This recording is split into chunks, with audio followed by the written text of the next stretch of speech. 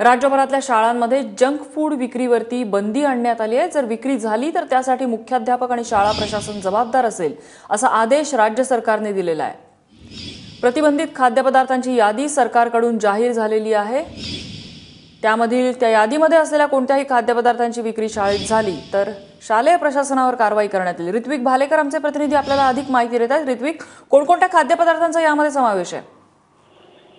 नम्रता, यामध्ये प्रामुख्याने पिझ्झा असेल, बर्गर असेल किंवा केक, कोल्ड्रिंक, नूडल्स, पास्ता असे जे काही जंक पदार्थ आहेत ज्यामुळे थेट विद्यार्थ्यांच्या आरोग्यावरती परिणाम होतो। ओबेसिटीचं प्रमाण जे आहे विद्यार्थ्यांमध्ये वाढलेलं बघायला मिळते आणि याच अनुषंगाने राज्य शासनाकडनं असं परिपत्रक काढण्यात आलेलं आहे की राज्यातील जेवढ्या शासकीय असतील किंवा सरकारी शाळा असतील यांच्या कॅन्टीनमध्ये या सगळ्या जंक फूडला आता हद्दपार केलं जाणार आहे आणि जर तरीही हे विकले गेले आणि तसं आढळलं तर यासाठी मुख्याध्यापक आणि संबंधित जे कोणी कॅन्टीनचे चालवणारे जी व्यक्ती असेल त्यांच्यावर कठोर कारवाईची सुद्धा आता विचार केला जात आहे। नम्रता।